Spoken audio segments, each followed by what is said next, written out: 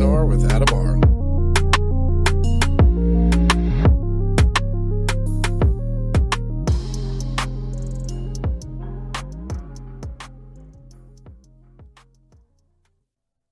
Welcome to 3P&R. I'm your host, Adam R. Joining me again is Dr. Pierre Giagnoli. Sean, how you doing, sir? Hello. I'm doing well, thank you. Thanks for having me again. Good. How's things going with acting?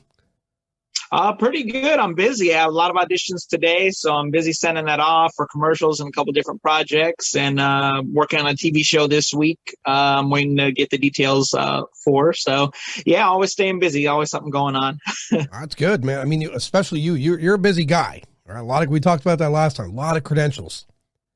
Definitely. Yeah, I do a lot of things. So I've been doing a lot more research regarding Skinwalker Ranch. Eventually, when I do get out to the world and I do this documentary, that place, it just keeps popping up. I keep hearing about it. And it's definitely a fascinating location. I've been hearing about it for quite a few years, ever since I think I got into the paranormal pretty much, because I think 96 is really when it got media exposure for, the supposed activity that took place on the property. And then it kind of blew up after that. Yeah, I was unaware of that. There was activity there for a long time. It was just kept hush because there was a study going on. I didn't realize how long ago the history of that started, actually. Yeah, definitely. I want to say, I know located in Utah, and I know in general in the 1970s is when Utah saw like a huge boom in like UFO sightings and things like that. So there's a lot of reports close to Skinwalker Ranch too, where a lot of people saw unidentified flying objects. A lot of the farmers had like cattle mutilations, mule catalations. Put the words back. That must be my comedy side coming out. I like to flip words. No, but a lot of cattle mutilations took place in the local area. And then, Skinwalker Ranch, eventually, when, a lot of the information went public, is when they started really talking about, that is like a hotbed of activity. Yeah, it's sadly, when I want to do research on it, right? Because I heard a lot about it. I saw the shows, and I didn't really give much thought to it. Because I'm like, well, these are shows, and I know what they do on shows. They make them sensational, right? Yep.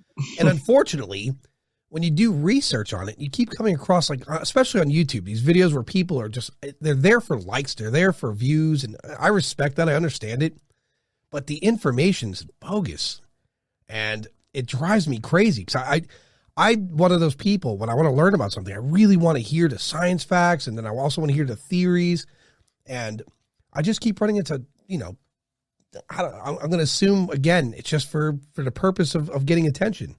And so I'm really struggling to find a good study. I've had some, but it's far and few in between. And that would, gives me pause. Do I want to go there? Do I want to investigate? Is that the spot for me?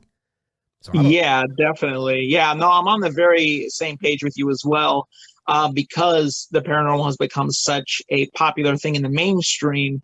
Like you said, people do it for likes, they do it for the attention, they do it for whatever reasons, for fame, 15 minutes or maybe a little more for some of them. And it really dilutes the real people out there like you and I actually researching it, studying it, looking into it, and really have a curiosity and a drive to find out more. And, it puts blockades in front of us because everybody's trying to make money or trying to get the hype. And they're not really looking into what I think is one of the most fascinating things about the paranormal, which is the unknown, something more beyond our physical realm, which I think is extremely interesting. And yeah, it's the same thing with Skinwalker Ranch too. Like there's really not a ton of info before 1996, when the second property owners bought it. And before that, I think it was called Sherman Ranch originally, and that was the family that owned it for like 60 years. And supposedly they don't have any stories about the paranormal until they sold it to the second person. And that's when that family started coming out with, there's a lot of activity, and they tried to record it, but they couldn't capture much. So yeah, it's been a lot of dead ends, like you said, looking for information on it, because information starts at a certain point and then it trails off, and then they made it private. So it's hard for people to get access. And now it's become a real estate company bought the property off the last physical owners off of it. And now they just basically went crazy. They trademarked the name Skinwalker Ranch, and TV shows are going on about it. They're selling merchandise, and it's become a whole media thing compared to, hey, is there something really going on here or not? So right, especially when when you have a geologist there and they're telling them don't dig. Oh, that's part of his job. He's got to analyze it to rule out all. I'd spoken about this with some other paranormal people, and some good theories came out. Like downwind from, where we used to test our nuclear stuff, it's downwind from there. That could explain people being sick. True. The mutilations, on the other hand, I don't know. That I did watch The Thing. It was a documentary, and I didn't know what to make of that, because that would definitely have to be mutilated in one place and the body placed there later, because there wasn't really a blood trail. There wasn't any blood spatter around it. Yes. I know what you're talking about. I saw that as well. Yeah, I mean, it put me in a position to think this is A, staged, or B, it's actually supernatural. Yeah, no gray very area. true. Yeah, so that one gave me a little something to think about. And unfortunately, like if you go to YouTube right now, type in real proof of ghost. It bothers me. So much nonsense comes up. There's one guy. He's got this video and he's showing things floating around his room, and he's really just relaxed and calm. And I say this a lot too. Pretty brave guy myself. If I witness something like that, I'm going to have a chemical response to it. I'm going to dump adrenaline. I'm going to be shaky. The tone of my voice is going to change, right?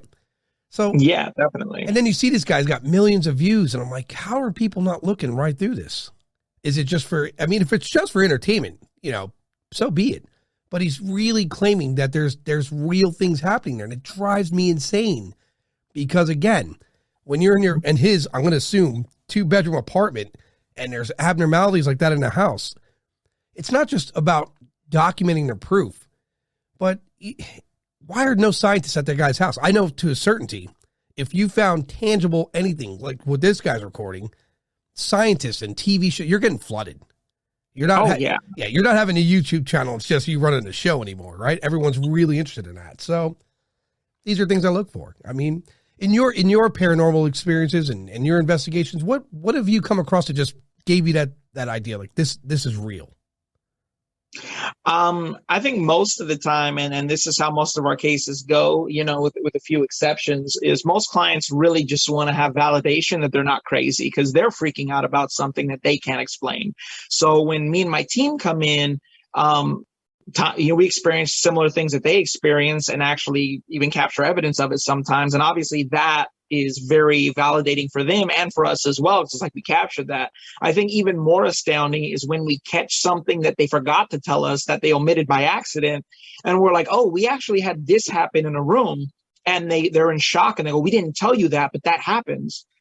So I think things like that is really where, when you connect reality with something that we maybe didn't capture, or maybe we did, it all depends. When you connect those two things together, I think that's is really powerful, because it's like, okay, this is legit. These clients talked about it. We actually experienced it while we were here.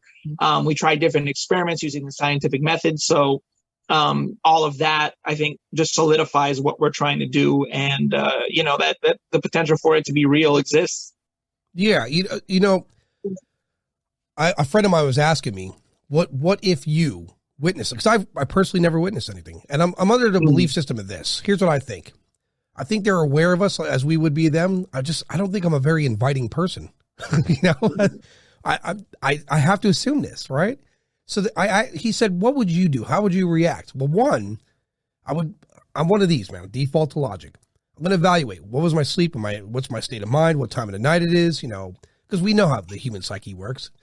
Then after that, with people like you, I meet people like you and other paranormals, I'm going to make phone calls to experts, because I'm not an expert. What do I need to do here? Let's get a team here, because there's something happened. I would want, before it even got to YouTube, before I even got to the point of promoting this, I would need it evaluated, right? Because I'm not going to put something out there just based on my own experience and whatever small camera views I have. I want a real team of people to rule out and to be there, and the chain of custody to exist, right?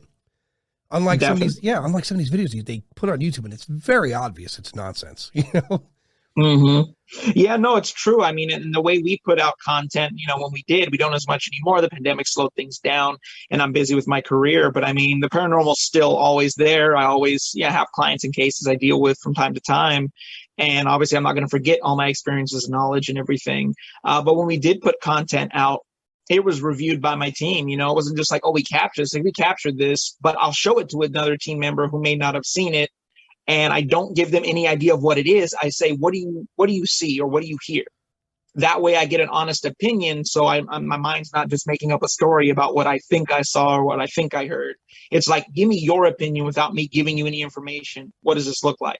And I think that's a good way to validate it. And then again, you have a team, you have other eyes on it. And by the time we release it, we go, okay, we think it's something paranormal because we ruled out all the natural causes this could have been. So we think this is legit something on, whatever, Right. film or audio or whatever we caught. So definitely, bringing that around and showing it to people you trust and getting honest opinions from experts or people at least who know a little bit gives you a lot more credibility. Agreed. When you're doing a YouTube channel, right, and you're doing it for sheer entertainment, there's no harm in saying that. People are going to watch it. It's entertaining. Oh, yeah. But don't try to pass it as real. That drives me crazy. Like there's paranormal people, investigators are out there. David Olson, if you don't know, was on my show. He's in Chicago. He has, I cannot express to you the investment he has in the paranormal research. He has the real life Echo 2, in my opinion. He's got a retired ambulance with all the bells and whistles and cameras and sensors. Yeah. I mean, he's in there. He's out to find something, right? So people like him who really don't profit from what he's doing, they just want the answers. And it's irresponsible for people to make these videos and stake these claims. And I don't want to speak the person I'm talking about, but I watched this video today and I was like, what the hell is this guy doing?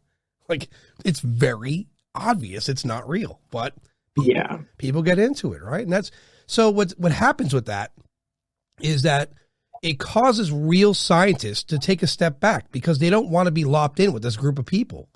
Exactly. And it's unfortunate, like people like yourself, people like me, people like Dave Olson, people like Spectre Waves, Don and Laney. They're out there really, really trying to find the facts. And they get bunched in with these group of people that it's recognized. They're going to get views. It's clickbait most time. Like there's another thing on YouTube and it says the mysterious blah, blah, blah of Saturn. And I'm a real space nut. And I click them every time. And I'm always mad. I'm like, why did I do this? It's 10 minutes of nonsense. Shit I already known, so. Yeah, definitely. But, sadly, we're in the time, especially with the internet age and the information age of the internet, where kind of everybody knows the tactics now. So they know how to make a catchy headline or a cool photo or something that leads you to think it's something other than it is. And then you're disappointed by when you're like, oh, this sounds amazing. Let's check it out. And then it's like, well, that's not what I thought it was. So yeah, I hate that so much. Like when they put that word mysterious or NASA just released this information and you click on it and it's info. You're like, why did I do this? And it's like my thumbnails are very, just plain so. Here's this guy's name. This is a subject. If you want to hear it, jump on. If you don't, pass by. I'm not really concerned about trying to draw an enormous audience. This whole podcast and this documentary is really, I just want to know. I'm desperate to know. And I, in all honesty, before the podcast, I thought when you passed away, lights turned off, your computer went off, it was over. Meeting people like yourself and some of the other investigators and some of the testimonies and the off podcast interviews, I've evolved. My train of thought has evolved to the form of energy I think we might be, et cetera. So yeah, definitely. That's why when we have people like Dave Olson and yourself and Don and Laney and some of these other people that are out there, these are the people I'm interested in speaking to, right? They're out there really putting the work in. They really want to find something, and they're not going to publish it. Like Don and Laney's videos, they're relevantly short. They don't give you that whole get to know me. I'm a star. I'm going to walk you through this whole thing. They just get to the point. This is what we found, and it's appreciated. Yeah, because that's what I like. I want to know the info. Yeah, definitely. And when I was running, I ran a web series for 2 years on YouTube, doing the paranormal. And to prove we were legit, we brought what we called witnesses on every episode, which were everyday people interested in the paranormal, and we brought them along to see how we actually investigate. It grew our team, it grew our crew of camera people and different technical skills that we needed for the series. And it was different. It was more slow paced. It wasn't about action and excitement. It was more about, let's go over the history. Let's tell you some of the stories we've heard about these locations we're going to, and then let's go back and investigate. Let's do a daytime walkthrough and show you guys the location, and let's come back at night and do some real investigating and see if we have anything happen or capture anything. So it definitely had a different kind of twist to it, where it was a little more serious, and there was exciting stuff. There was a few cool pieces of evidence we caught, but at the end of the day, it was us doing what we actually do without the added, oh, like, this is exciting and fun and this and that. And we caught moments of that because obviously we all have our personalities. We're like, me and my team are literally like a family, and most of us are actually family. So all of that just helped, our personalities shine a little more and have those nice moments that were entertaining and funny, but also real. So, Yeah, you're a likable guy, right? You got a good personality. You're outgoing. I mean, outgoing is not even the word, right? The amount of stuff you have accomplished, that's not even the word. You have to invent a word for you in the dictionary just to get that expressed, right? Yeah, well, that's why I named myself Talented. It's talented with an extra ed, because I do so many things. Like, it's hard to just peg me as one thing, because I do so many different things. And that's part of it. And I've always been a good storyteller and a good communicator. I've always been told that as well, and I think that just helps. Me being more social and getting along with people, because I also love to learn. I think that's important to be, a likable person, is just to be able to listen to someone else's side and hear their story and find things out. I think it's always fascinating to find about cultures, new theories, things like that, different people in their lives and their backgrounds. And that, helps you connect with people more. And it's a good thing too. Not all media is bad, by the way. Even on Facebook, there's these groups I'm in. One's Tampa Bay Paranormal Society group. Another one's Paranormal Plus, and there's Hauntings of Florida. I get in these groups because I know so little about all of this. When I got on this podcast, I knew what I knew from generalized information. So Yeah. I get in these groups to kind of see what people are talking about, what their interest is. Is it something I want to research? And without fail, of course, on posts, they want to be interesting. Not all of them are tangible, but there's always those few that grab me. And, on the Tampa Bay Paranormal Society, I read this little article they put up. And so I started looking deeper into it, and I found this guy's name as a result. And it's Paul Davids. And he speaks about the afterlife. I was pretty blown away by it. I don't know if you've ever heard of Paul Davids or not, but The name sounds familiar. I think I've heard that name before, for sure. I don't remember, specifically, but I definitely recognize the name. yeah, he has looks like a film called The Life After Death Project. And I haven't watched it yet. I've watched him do what I guess a TED Talk. It wasn't TED Talk, but something like it. Mm-hmm. It was fascinating because you could see he was compelled to really look further into this. When I see people like that, it gives me reassurance that something is definitely worth looking into, right? And, yeah, of course. Of course. If you have the right people with the right knowledge, the right, communication skills, you definitely get opened up to new possibilities, I think. Yeah, because in the way he was speaking in terms of a friend of his who was at the end of his life, and he said something to the nature of, I don't believe in the afterlife, but if I'm wrong, I'll drop you a line. Well, sure as could be, when he passed, little things were happening. I'll let you watch that. I don't want to blow it for you, but it was, it gave me a moment of, okay, this guy there's no bullshit written on this guy's face, right? He's an educated person. He's worked in sci-fi, he's worked in films. The guy's pretty well known for what he's done. But it gave me a moment to really say, this is what I want to hear. That troubles me that, and this would, in full circle, why are there no scientists out there if they want to say ghosts are real, it's irresponsible to say, well, they're not real because there's no science proving it. Well, go out there and prove that it's not real, right? Yeah, because there's no real science saying it's not. So yeah, no, that's one of the arguments I put forth when a lot of people say certain things aren't real. And I'm like, well, where's the evidence that they're not? Right. I mean, because if you're going to hold me to a certain level of accountability, I'm going to hold you to the same level of accountability as well, because you're very concrete in your, I say more of the wise man saying, which is, I don't know everything. I'm trying to figure things out, and I'm sure I'll keep learning my entire life. But, to say for sure, definitively, and you can't produce evidence that it doesn't exist, then I think we're kind of at a stalemate there.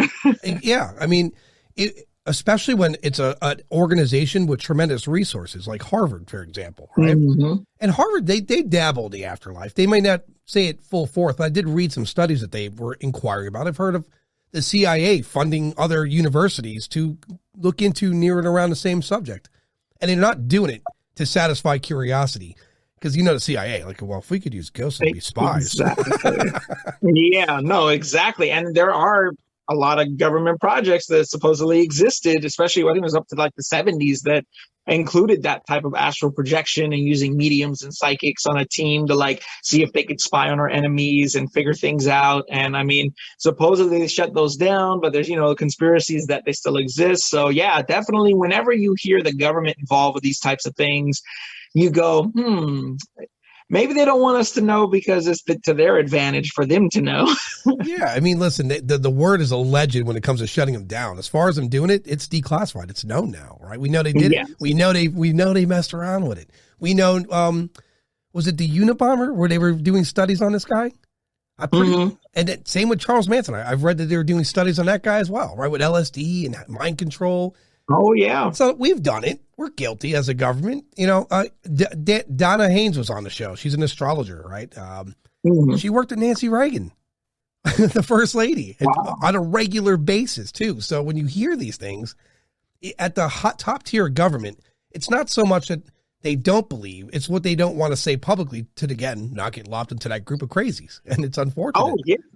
Definitely. It's much easier to dismiss a person and call them crazy than it is to admit that something else is going on that maybe a lot of people can't handle, to be honest. You know what I mean? It's like, it's almost akin to comparing it to the Matrix somewhat. It's like you can keep taking this pill or you can take this pill and figure out what's really going on. And I think it's an eye-opening thing. An example I could use is, last year I lost a lot of my family, and watching them die was eye-opening for me because they had a lot of regret, and it inspired me to do more with life because I don't want to have that kind of regret whenever my time comes.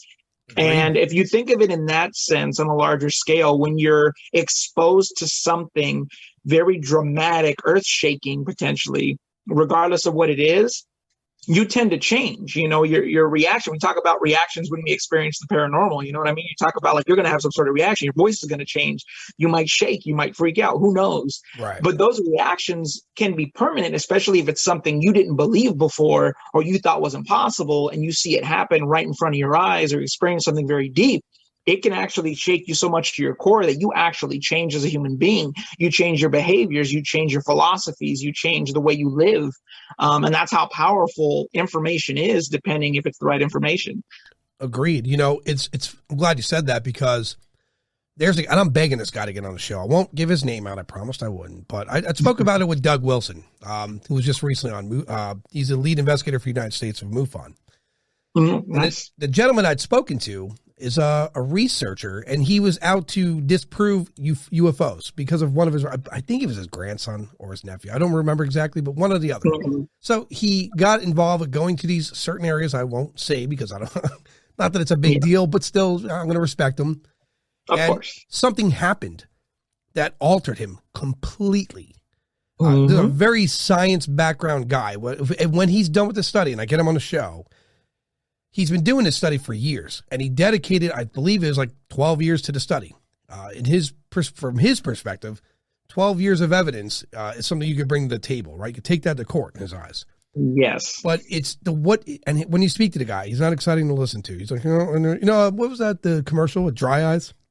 Oh, yeah. Yeah, very monotone guy.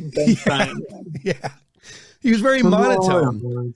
But he said to me, he goes, what I saw altered my the way I think and the way I feel. And And it wasn't him like, I got to prove it to the world. It was more, I need to look further into this. And it made me think about what he was saying. When we're investigating the paranormal and ufology and the stars, we're questioning our mortality at that point, right? Yes. It's because now you're like, well, is there something more than this? And your perspective in life changes, as you said. And I'm glad you said that, because that is the end of the day. It's the age old answer. What happens to us? Are we the only ones? And so that's what it boils down to. No, it really is true. And thinking beyond ourselves too, humans are very egotistical, thinking we're the smartest, we're the best, we're this, that, and the other. But like, if there is other more advanced life coming, or either close or to planet Earth, we have to accept that maybe we are not the most advanced and the most smart, species in the universe too. So that's another reality that must be faced in that spectrum of the UFO alien debate. Yeah, especially for humans. We're like, no way. We're the best, period. Exactly. It's more exciting as a mystery to us, right? Yeah, definitely. You ever do this where you sit around and think? Like, I was watching, again, I'm trying to get caught up with everyone else. I'm watching these these paranormal investigators, and I'm seeing what they're doing. And in one documentary I'm watching, they use that the EVP, the electro voice thing. Yeah. Did I say that right? Yeah. And it says, please leave us alone. And I thought to myself, why would it say that? And then I figured this thing out. Like, what if it's not so much a haunting, that is that there's a place that they're going to where there's like Skinwalker Ranch, there's something abnormal in the geology there. And it's perhaps has a link or a gateway to another existence, another reality. And what if we're going there like, hey, talk to us, and they're like, leave us alone, like we're haunting them, right? And it's true. And in certain instances with something especially specific like that, let's say that is the consciousness existing in a different form, right? If it was a spirit or something, I think it would contain the same traits that it had as a living being, even in the spiritual world. So there's some people that are shy, right? Then there's probably some spirits that are shy and quiet and antisocial, just like there are people who are antisocial. So even if you put it on a consciousness, intelligence level like that, I think it still makes sense, where it's like, this person's quiet, the spirit's going to be quiet and wants to be left alone. Yeah. For me, like my family, like, look, get a priest here. We got to get him out of here. This guy's a pain in the ass. We love you, but you got to go. Your time is done here, right? Yeah, that too. Because I could be an annoying person, right? I wonder if on the other side they have, tools they're trying to use against us. Can we shut these humans up, man? They're so egotistical. Right. They keep bothering me. Yeah, like there's little things too. I think I'd spoken about it before with other people. Like, imagine we're testing nuclear bombs in a place that we consider to be nothing's there. It's the desert. Meanwhile, you're harnessing the power of the sun, right? It's altering physics, and you're literally melting entire societies on the other side of a reality. Unbeknownst to us, so there was a prevalent theory that went on for years in the United Kingdom, where they were studying paranormal activity and the rise of technology, and as cell phones and portable technologies became more popular, it decreased the paranormal activity that was happening in the UK. And these are like hot spots. There's a lot of history there, long time of life existing on these areas of the world. And then as technology grew, they're saying the waves and the energy waves disrupt the spiritual waves. And then that's why this activity is depleting with the rise of technology. So even something like that, we could be disrupting potentially, maybe even doorways, like you said, maybe there's hotspots areas that there's links to the other side, whatever it is. Yeah, different realities. I mean, it could be like here, just on another plane. Exactly. Yeah, exactly. And that's a good way to put it. I'd spoken to Steve Murr, and the more I speak to that guy, every time I have a conversation with Steve Murr, that's why I've had him on as many times as I have, I end up sitting in my living room thinking, because the guy, he's so well vested into what he's doing and the things he researches. And the latest one, we're discussing frequencies and how we exist on, and it truly, like if you read like Tesla's study about how we exist, our 432 hertz, I believe it is how our planet and our sun and everything has this frequency. We changed that to the standard of 440, I think in the 1950s, which I still don't understand completely, but who knows? Yeah. I imagine because in 440 hertz, it's putting people in a vulnerable state where they'll buy stuff, they'll take lead easily, you can influence the pack more, I guess. So, oh yeah, and I mean, control has existed since the beginning of time with man, so that would make sense if that was part of that. And I mean, energy is very important. I feel like humanity in the modern day is disconnected from that. I think there's hints of it in everyone, but they've learned to probably distrust it or just not pay attention to it. But I'm very much an empath, and I feel people's energy. I'm affected by it. It's taken me years, and even I think I might have mentioned the last time we talked with acting. I used to have a hard time going to in-person auditions because I'd walk into a room and, they tell you this in acting school. They're like, you could go to a casting director, you walk in, you do a great audition, but you look like that guy's brother-in-law who he hates, and you'll lose the job for that reason. So like, you could see when a casting director, producer, someone's looking at you, and like you could tell that energy is off, and it's like, I don't like this dude. And so stuff like that, I think, is the frequencies. We feel each other's frequencies, and I think that's what basically being an empath is connecting to that frequency and saying like, oh, you don't vibrate on the same frequency I do. And that can be a way to cut out and bring people into your life too. If people were stronger at reading each other's frequencies, we'd know who we are in balance with versus like, oh, you know what? I'm not in balance with this person's frequency, but I am with this person. Yeah, I agree, because even the organs, our eyes, directly connected to our brain, which is your eyes and your brain are the same thing, right? One's just external. Mm-hmm. And I just read that our eyes have a frequency of 9 hertz. And when I first heard that, I'm like, what does that mean? Like our eyes are vibrating. So I had to read more about it.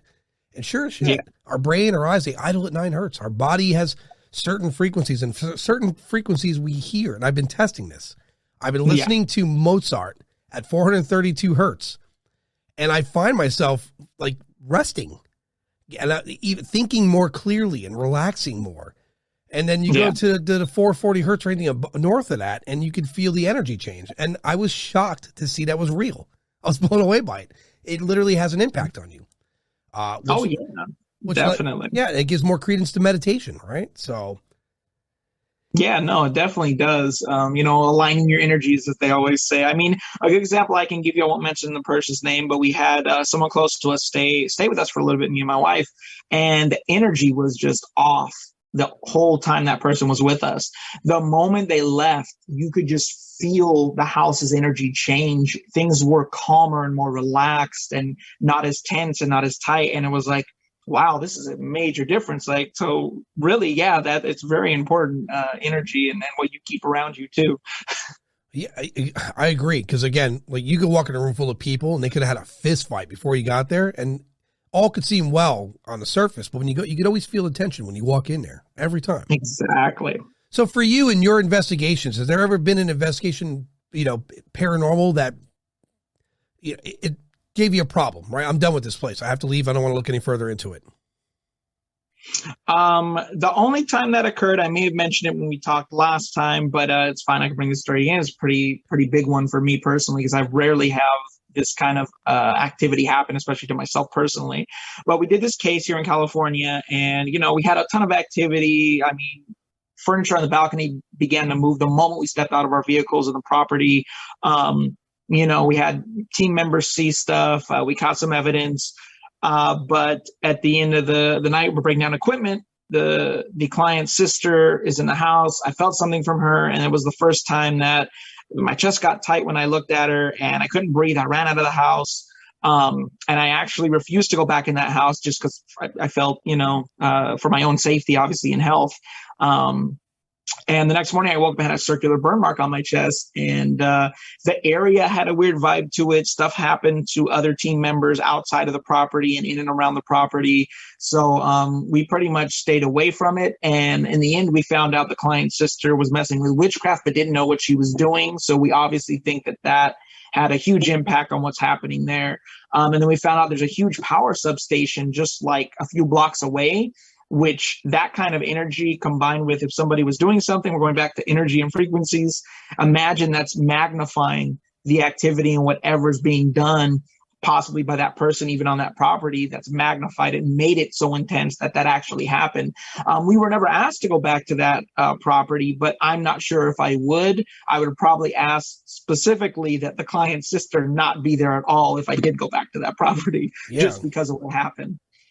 Yeah, I've read some. I did an off air interview with an investigator from Washington State, and what this person told me made me cringe. All right, because it wasn't like a movie where some ghoul came running around. It was they were sitting in a van outside waiting for their team to exit. They were leaving. They found nothing at this place. They were there for like 4 days, and he described that he felt something like warm fluid going down the back of his throat. And then he began to choke. And then when he went to sit forward to spit up, he felt something push his chest, push him by his chest back into the chair. And like he said, when that happened, he heard not externally in his head, he heard something say, "Leave and don't return." And that freaked me out. I was like, holy shit. Yeah. So when he's telling them, so anyway, they return to wherever it is their camp is in Arizona. They're examining all the footage. They're finding nothing. And they found in the background some, what is this machine called again? It was some sort of, like a spirit box. I guess they have one in their van. But it was detecting stuff. And the camera in the van was picking up the spirit box around the same time this guy had this issue. So it makes me wonder, again, when you go to these places, are we invading their privacy? Right? Yeah, yeah, exactly. And I always tell people, and I don't hear a lot of people talking about the spiritual and the paranormal the way me and my team do. And this is years of trying out things, experimenting and figuring out how to deal with this without causing more harm to clients or even to the other side. And we're trying not to disturb things. I feel like when we bring it down to earth and we talk to these spirits, if they exist, and we say, we're not here to disrespect you or bother you or disturb you. This family wanted help and we're trying to help them. So, when we approach it like that, I always say I humanize the experience. You treat it like when somebody invites you into their home, which they obviously are, but then we're talking about the other side, which is even more difficult to try and engage. But when you do it that way, we haven't had many issues after we've left the case or before we've gone in or having stuff follow us when we leave, because we handle it with such care and we're gentle with it. Obviously if we have to get aggressive, sometimes I do. If there's children involved or violent things, I might be a little more aggressive because I'm definitely very protective of people. So, but most of the time we're very calm, respectful, careful, handle with care and deal with it that way. And we don't have any issues, and neither do our clients. So that's a way to handle things like that too. Yeah. It makes me wonder too, reading stories like where the kids in the house, I mean, they're there, I guess they're perceiving they're in the house playing, like nothing's different, right? Like I think we spoke about it last time where some spirits, I think, either elect to be here or whatever happened to them happened suddenly. And so they're in a state of confusion, or they're trapped here. No way to bridge the other side. And then I wonder about the ones that are like, some people call malicious or they're evil, but perhaps you moved into their home and you're an uninvited guest in their eyes, right? Or from their perception. Yes. So, yeah, it makes me think really hard about how to, when I do get out there and start investigating or documenting, I should say, because I'm not an investigator. The approach I have to is I got to be subtle, because I have this tendency of just bursting through the door. What's going on here? So, and I wonder if that's perhaps why I don't ever see anything. So, but that's not necessarily true, because I know that we've had times where we have our procedures, and if things are too calm, we try to change the mood. So and that has a lot to do with energy too.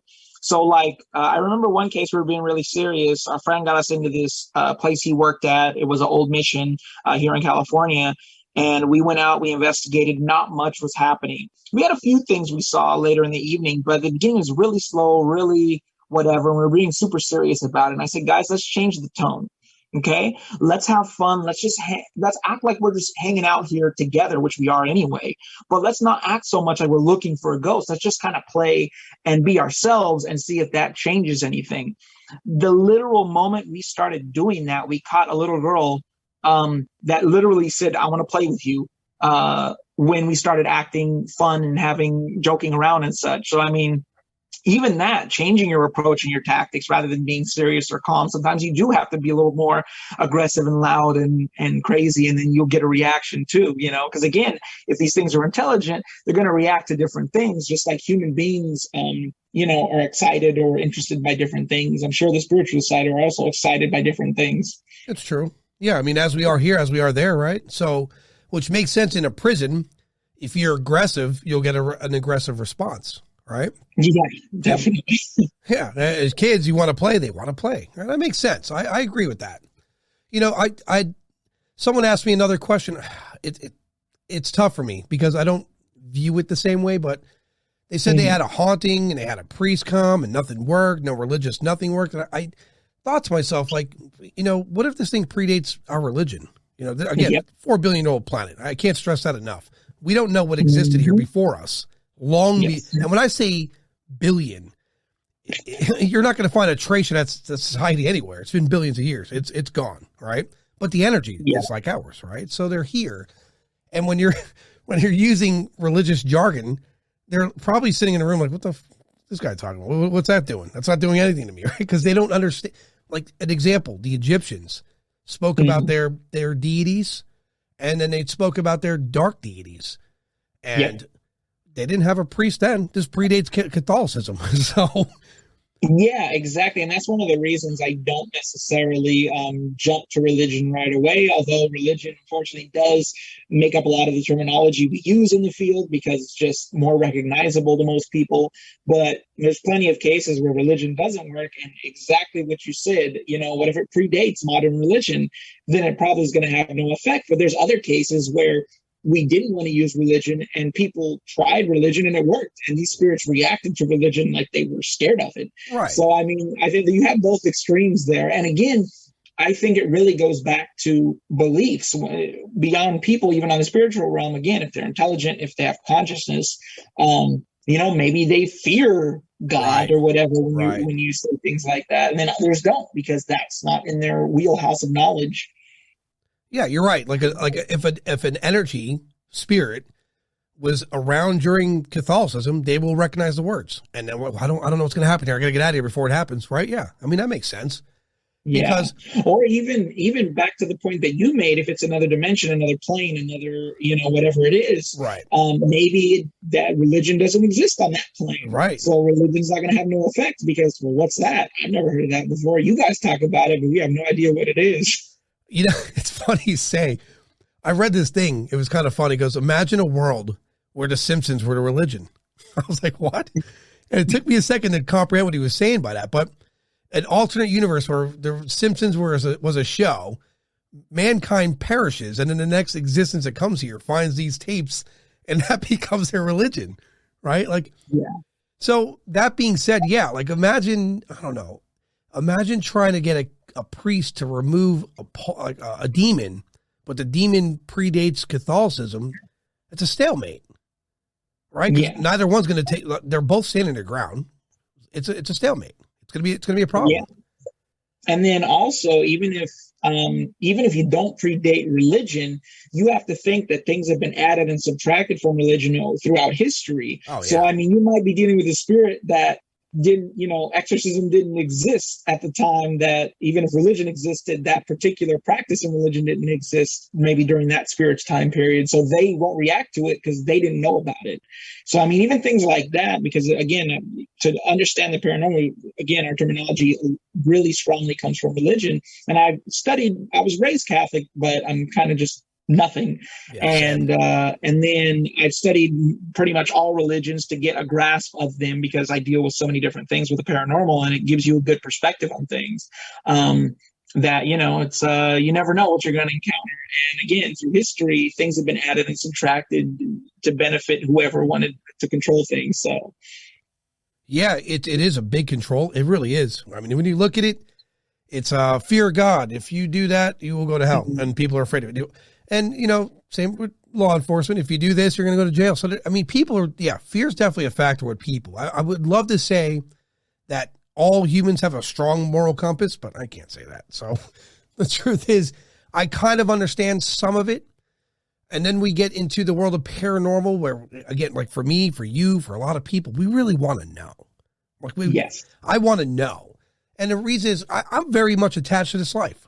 I like planet Earth. I like the views. I love the sunsets, even the shows, just everything about it. And I think largely in part, or a large part of that is if I pass, like I'm going to let go of that stuff. And that's the biggest fear of death for me is I got to let go of all the stuff I like. And I like it a lot. So, yeah. That makes sense. Yeah. I don't know. I feel like myself, I've evolved over time. I think I was raised, like I mentioned before, in an abusive family. So, I mean, fear existed for me for years. It's only recently that I really stopped a lot of my fears. And death has always been a strange experience for me because I experienced it a lot growing up, seeing lots of family die and having it happen pretty consistently. And I feel it when it's nearby. I can always tell. I always have like this, you can call it intuition, you can call it hindsight, who knows what it is, but I always feel it before it happens. So I'm somewhat prepared, as much as it still hurts, depending, who it is, obviously, and how close. But yeah, it's a difficult thing to say how I feel about death. I think I've come to terms with a lot of stuff recently in my life. And even death is part of that circle now. Right. When my mom passed, I wrote a song when I did the Paranormal Rap album called Death Is Always Coming. And it's a very deep song about death. And it was me confronting it when my mom died. It was basically like, death is always coming. It can happen any second. It might be now, it might be later, but it's going to happen. It's inevitable. So why worry about it? Just try to make the best, because death is, if you can't have life if you don't have death. So it's just kind of is what it is. But we all feel different about it. You know what I mean? Depending how attached we are to people, to life, to things, whatever it may be.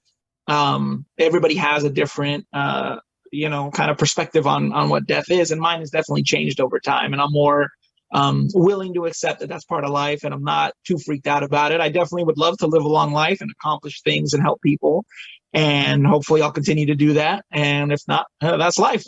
Well, you're too busy to die, friend. You got a lot. True. That'll keep you young, man. You got a lot going on, right? If you think of what death is, it's your vessel, your machine is starting to wear down, right? It's decaying over time. Exactly. I mean, the energy in your computer is still the same. It's just, it wants the machine to behave. And so here's the thing. I think with science, or at least the approach science has taken to it, because there's groups out there like the Allen Institute, they're mapping the human brain to kind of find a way to upload and download the consciousness, or how much of our body, after Elon comes with this Neuralink, right? Oh, yeah. And then you combine your subconscious and your conscious and the full capabilities of your brain. I think we're going to have a lot of questions answered with that, right? Definitely. And my only fear with that is, depending who's in control of that, it could be detrimental to us as well. It all depends. You know what I mean? You never know any nefarious plans that might be connected with that. Even if it's not him necessarily, other people could come in and say, oh, this is a perfect opportunity to do X, Y, and Z. So that's unfortunately the reality of man and dealing with technology advancing so far. That, do they really want us knowing all this stuff? No, I mean, if you do that, right, and all these possessions that I love, like my sneakers and my stuff here, my computer, like that matters none in that realm. You're talking about the metaverse at a grand scale.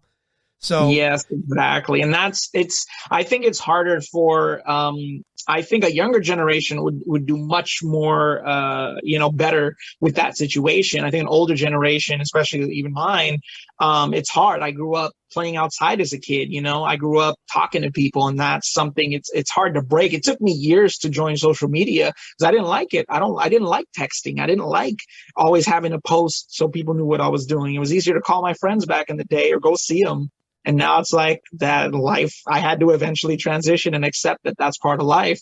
But I don't know if I could go into a metaverse and completely disregard the real world. That's difficult for a person like me. Well, I mean, there's people doing it today. They're not doing it full on, but there's people they're immersed into these gaming worlds, and it's real to them. Like if you ever want to see the real raw toxic person, people as they could be, go to gaming. Beat someone in a video game and get ready to see the real side of humanity. Oh, I do. I'm not a huge video gamer because obviously my life keeps me busy, but I definitely grew up a gamer. I have video games. I even have some VR stuff, which is kind of cool, but I don't live in it and I don't have a lot of time to play it either because I'm Right. so busy. But I definitely am a gamer. And yeah, no, it's true. I mean, some people put it all in. So, I mean, there's Yeah. $1 million championships that are making as much as major sports now It's crazy. that are playing video games. So, I mean, there's definitely an audience and a group for it. Yeah, I played online games and I've won some of these competitive killing games, and I got to tell you the messages you get from that. Oh, yeah, of course. I can tell you a bunch of stories about that. I grew up gaming, so you definitely hear it when you get somebody reading, I reported you, you effing this. And yeah, it's amazing. Like, so if I was telling my mom, like, you ever want to see what the real face of humanity, when the real face of humanity is when they're not face to face you and they can express whatever it is they please. Yeah. It's that safety they feel behind the keyboard, behind the controller, behind the screen. And I was always a certain anonymity and safety it gives you that you would never do in real life. Most of these people. Right. Yeah, I'm a pretty physical person in life, right? Like I boxed in the past, I worked out a lot, and like you, I was outdoors. I would go for walks for zero reason, 5 miles at a time, just to go for a walk. Especially in Florida, you're tanning 20 minutes out here, guaranteed. You know, so definitely. So for me, when I get to that point where you get to the Neuralink and the metaverse, I think we'll lose sight of paranormal because we won't interact with them, or maybe we will. I don't know, because I got to consider the fact that they are pure energy. Yeah. I was gonna say, you never know. I mean, there were movies about spirits inhabiting electronics and stuff, and stories of that. So you never know if they can convert or use the energy from our technology to maybe appear in that realm. Right, communicate with us directly. That'd be cool. Yeah, imagine you could communicate directly with them. You found a way to bridge the gap. Yeah, and then that would be amazing. Well, yeah, and then you'd shed your fear of death altogether. In fact, frighteningly enough, people are like, well, maybe I should just go to the other side now, right? I don't know. Yeah, pretty much. Yeah, it's true. I mean, well, here's the funny thing with me, right? Most of the death I've dealt with, majority of the time, I've had the spirits come back and talk to me after they passed. And they all said they loved me. They all told me to live my life to the fullest and do everything to my heart's content and be happy. Like, honestly, I've never heard a message that was different than that. So, I mean, that's, a positive thing I experienced and what I heard from the other side. So, well, yeah, we're on our proving ground here on Earth, right? And yeah. Well, actually, you know what? Sorry to interrupt, but I just remembered a cool story. The last time after we talked, I had a really crazy experience here at my house. So we had that great conversation. I loved our energy together and all that. It was definitely had me pumped and energized. And, I think I had a bunch of acting jobs lined up too. So, everything was just kind of flowing really nice that week. And I went to my mother and my grandmother's ashes in the house I live in. And I just said, hey, mom and grandma, like, I'm doing it. I'm out here working, and you guys will be on my journey with me, even though you're not here. And when I looked up above their ashes, there was 2 half heart shapes that appeared for just a split second and disappeared. So I did my natural scientific thing where I'm like, okay, is there any shapes that I saw before I looked up that would have created that illusion for me that it wasn't that? So yeah, I did my due diligence, looked around the house and the room, and I'm like, no, there's nothing here that would have caused that. So it was kind of a really cool, and I felt something when I saw those 2 half hearts above the ashes. So I was just like, that was cool. It was kind of just a good feeling, kind of just a little hello. And felt like positive, good energy. So yeah, I wanted to tell you that happened after the last interview we did. Yeah, that was great. That's a great recognition. I know what you mean by that too. There's a movie called Tron, right? I love Tron. Yeah, they revised it and I watched it and I closed my eyes and I saw the grids and everything in my mind, like in the darkness of my vision, right? And no matter where I looked in the house, I could see that. So I know what you mean by that. You're just checking, making sure I wasn't staring, because you could stare at an object on your table and then look off in a direction that's, the contrast is different and you'll see it. So yeah, I know what you mean by that. That was good. That was smart you did that. But no, that's a good message. It's a positive thing, right? Oh yeah, definitely. Yeah, it gave me good energy. And then a good family friend kept asking if I got any messages from my family since they passed. And I was like, I felt them around me when good things have happened. I've been on a set where I got bumped up and featured with some major actors, and I felt like they were there kind of pushing me in that direction. I heard my mom say "I love you" one night in this house when I was by myself, which was cool. And then the last thing was the two half hearts above their ashes. So I had a couple little experiences. And family friends always like, yeah, like, you know, I've dreamt about them and they talk to me, but I haven't like experienced anything spiritual. I'm like, yeah, I've had a few little things, but you know, I'm just trying to live to the fullest. So, you know, I don't look at death as the end. So it's been an experience, and I'm just like, hey, I know you guys are with me. I know you're watching me and probably watching my journey. So just you know, stick around for the ride. Let's have some fun. I'm excited to see your journey. I predict that you're going to be doing great things soon, right? Yeah, I appreciate it. Thanks. Yeah, no, I'm actually really excited. I'm going to be on a panel, a paranormal panel at the Fear Fair in Las Vegas in May. So they're having a bunch of paranormal investigators do a panel, and I got invited to speak on that panel. So I'm really excited. Nice. It's a 2-day event in Las Vegas. They're doing, it's all Halloween paranormal related. They're doing a music festival, which I submitted my music, so I may be performing too. I hope so. We'll see what happens. I'm waiting to hear back. But yeah, so I'm definitely excited about that, and just pushing forward. I'm going to get some new headshots, look for a manager. I have an agent. That's great. Got me an audition for a commercial this morning. I had a couple of auditions, but yeah, I'm just hustling, pushing forward, trying to keep my life in the right direction. So I got to tell you something off podcast in a minute. definitely. I think you'll enjoy it. John, it's always great having you. Always great. We're going to do it again, right? We'll talk about that in a second. I'm sorry to cut everyone off, but I got to talk to John about something. Yeah, no, sounds great. Definitely looking forward to it. Indeed. Good night, everyone listening. And if you're listening, please, anywhere you want me to check out in a haunting real life scenario, please let me know. You know, I got to know. John, it's been a pleasure, sir. We will do this again. Always a pleasure. Thanks.